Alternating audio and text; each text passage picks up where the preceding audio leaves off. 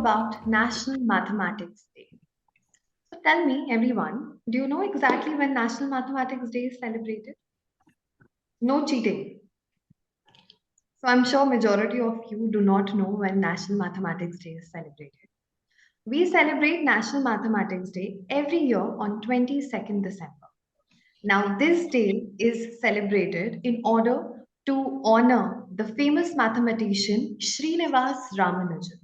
So, all of us know that he is a great mathematician and he has made a lot of contribution in the study of mathematics, especially his mathematical analysis, number theory, and infinite series. So, on this day, we give importance to all the significant contributions he has made in the field of mathematics, and also we understand the importance of mathematics in our day to day lives. So, again, today we have two lovely ladies over here, Mrs. Rekha and Mrs. Armaiti. So, I'd like to begin with Mrs. Rekha. Rekha ma'am, tell us, why do you think majority of us do not know when National Mathematics Day is celebrated, or who is Srinivas Ramanujan? This is very sad to know also, but Yeah. why do you think people do not know about him? I think it is just ignorance, and history is like it was always fabricated, or it was not given to the general public the way it has to be given. Our textbooks, let me take me as an example. Even in school, my textbooks always spoke about the same old stuff about Akbar and the Mughal Empire and all that, but very less emphasis was given to the national heroes like Srinivas Ramanujan. Or maybe even if a mention was made about these people, it was maybe hardly a couple of lines.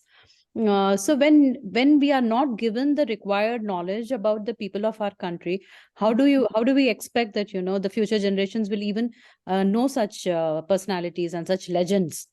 So I think it is time we rewrite history, and we present all our national heroes, to the globe, and also firstly to our own countrymen. First our people should understand what legacy we have behind us. Hmm. So it is really sad, not many know that we are celebrating the 125th birth anniversary of Srinivas Ramanujan on December 22nd. So let us take the responsibility. Yes, definitely.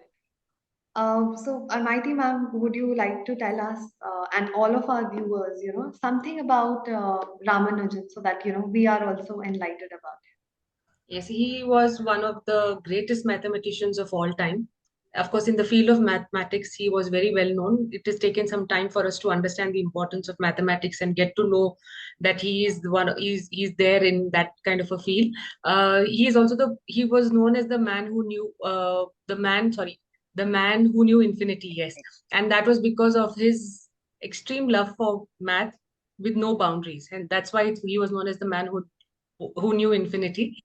There are lots of firsts associated with him. He was the one who made a lot of theories on numbers and mathematical functions. He was the first fellow for the Trinity he was the first fellow of Trinity College, which is something of a big achievement for Indians. That too because that was way back in 1918s or something like that. There are many mathematical equations and theorems that are his original, and he's left behind a legacy of them, which has been a great subject matter of research and thesis for other mathematicians to take forward. So there are many contributions, of course, very well known in the mathematical field, which we are getting to know slowly. As of now, I hope we promote our Indian geniuses as well and get to know something much more. A small incident of him, the 1729 is considered to be a Ramanujan number. It was such a small incident that wherein he was hospitalized and his mentor had come to visit him. He had come in a cab, that was in London, of course. He had come in a cab with 1729 was the number of the cab. And he said, "What a boring number. I'm home. I hope it's not an inauspicious number." And within a split second, he could just, with a in a split second, he could calculate that it was the sum of the cubes of the two numbers. So, and that ever since then, 1729 is known as the Ramanujan's number. So things like that, that shows his mathematical genius. His mind was like Calculator. exactly. It was too good. And it takes some time for us because he had learned trigonometry and other kind of subjects right from childhood. So hats off to such a brilliant mind. So thank you so much for such an interesting story, and I think this is something that I was not aware about it. That how did he came up with 1729? Why was this number very lucky? So as a curious individual, I am also, I really want to know whether Srinivas Ramanujan had a privileged childhood. Was he someone, born with a silver spoon, or was he a regular fellow like all of us? Um, uh, Srinivas Ramanujan was born in 1887 in a very, very poor family in Tamil Nadu.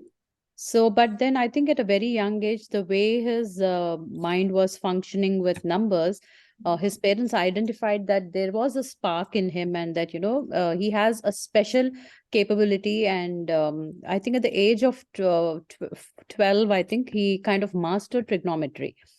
So, because he was from a very poor background, he started working as a clerk and he took care of the economic needs of the family because back then, the families were really large. And so he had to do jobs to, fend for the family. But then I think while working also, he would always sit with a couple of books and keep on writing mathematical formulae and theorems and all that.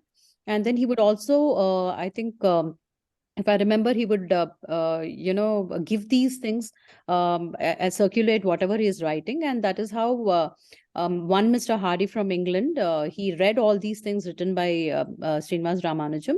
And then both of them collaborated. And once Ramanujan went to England, then together these two brains came together and they got in a lot of theorems and all in mathematics. But for him to fly from India to England was a very difficult thing to do because back then, because of the religious barriers, there were a lot of superstitions and problems associated, especially with the, unfortunately, with the Brahmin community. There were a lot of ifs and buts and do's and don'ts. And even to cross over the sea, also, there were a lot of restrictions. But despite all those challenges, he went and, he became the man who knew infinity. I think there are about 4,000 theorems that he has written on his own. So he was a genius. Unfortunately, he passed away at a very young age of 32. But whatever those 32 years that he was on the planet, the universe also conspired. The universe also helped him to go meet the right people and do the right things. Right. That is very well said. And it's always said that people who actually make a mark for themselves, are the ones who create history. So that is completely true for Srinivas Ramanujan. And taking this discussion forward, I want to ask Almighty Ma'am that especially for people and for children who are not very privileged. So, do we have some provisions for those kind of children, wherein we can provide them with up-to-date education and technology? Are some startups or maybe some organizations or maybe some schools, are they coming up to promote and give these children a chance for equal education? So going forward, we all know the importance of being tech savvy. Okay, so whether you have AI as the future or robotics or coding, we all know math is going to be a foundation. Math is required as a foundational subject of it.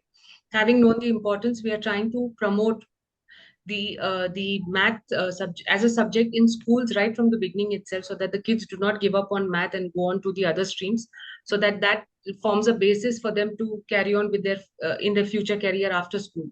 Because if you see beyond 10th, major, even I had quit math because I did not want to take up trigonometry. Was one of the subjects that I did not want to. So simple things like that. And we are being an urban area, having all the facilities, all the material, teachers, etc., tuitions as well. Yet we do give it up. Those people in the grassroots level, they do not have that much of facilities available to them. So we as a team are trying to give that kind of a training, that kind of a help and support to them along with their school, so that they do not give up on math, and then they learn and inculcate better ideas and tricks and tips to score more better. Once they start scoring better in the exam because of the extra help that they are getting, then they gain confidence. They do not quit up on the subject. So other than that, also a technological advantage that they should be having is to know at least the basis of coding. Some of the government district collectors and certain government schools and colleges are encouraging the children to learn a few basic steps of coding and things like that, so that that slowly generates an awareness and interest in this kind of a line. So hopefully we should go forward and bridge the gap between the urban and rural as No, well. good to know that a lot of people are coming Yeah. together to, work towards the common. Yes. So whenever we talk about National Mathematics Day, our major importance is given to, raise importance about what math can do in our day-to-day lives. So, Rekha ma'am, what do you think the government is doing to promote the importance of mathematics in our day-to-day life? What is the government doing so that children all around us are aware about the subject mathematics? Firstly, speaking about the birth anniversary of Srinivas Ramanujan, December 22nd, it is celebrated all across the country. A lot of lecturers and mathematicians, they come together and they conduct a lot of workshops on this particular day. The National Academy of Science, especially, they do a lot of workshops. So they generally celebrate the life of Srinivas Ramanujan, sir. And UNESCO and India, they have collaborated and they have a lot of things that they have planned, especially in the field of mathematics, how to make it an immersive learning program. These are at a national level, but definitely I feel that a lot of work is still pending. If we are supposed to be almost the most populated country in the world, which means if you look at it in a positive way, we have a lot of opportunities as well. If we are highly populated, imagine what kind of brilliant minds and brains must be there in our in the young children in our country. So if we identify them and if we give them the right kind of training, now we are seeing that most of the CEOs globally are from India. So basically, we are blessed with very intelligent DNA, I guess. I don't know, but we are all very brainy people. And given a right opportunity at the grassroots, we might identify so many Ramanujans and so many Abdul Kalams. And when it's a big joke that a chaiwala has become the prime minister, but look at that. That is the country that we come from. Okay, we are very brainy. So now, what is it that we need along with the brains that we have? An opportunity. So all the elite personalities, all the educated ones of the society, if they can come forward and if they can give that one opportunity, then definitely we can take this nation to the next level, because we have population on our side. It is not a negative. We have a huge force behind us. Right. So we can use it to our advantage instead of putting it in a negative way in front of the world. I feel that it is our biggest advantage. Right. So if we work now, then maybe 15, 20 years from now, we will be a superpower. But it is each one of our responsibility to go in the direction. And we got opportunities. Now it is our responsibility to give opportunities to the underprivileged. Okay, whatever you get from the universe, you have to return it back in some form. So whoever is listening to this, the video that we are creating, all of you should actually start reflecting on what we are saying and come forward to do something back for the society, and especially for the children of the nation. Correct, correct. And as going with the fact, a lot of studies showcase that by 2050, India will be one of the superpowers in the world. So if we want that thing to happen, as Rekha ma'am has correctly said, we need to come together as a society and show that unity is, in the diversity of our country, and, help out each other, and especially the future of our country, which is the children of our country. So thank you both of you for such an insightful discussion. I hope a lot of people would be, today will be get inspired by both of you, and will also get some awareness on mathematics. Why is it celebrated, and who is Srinivas Ramanujan, and what can we do to raise this awareness to a higher level? So thank you both of you. For the viewers, keep on watching, and we will meet together in the next episode. Thank you. Thank you, Thank Akriti. you, Akriti.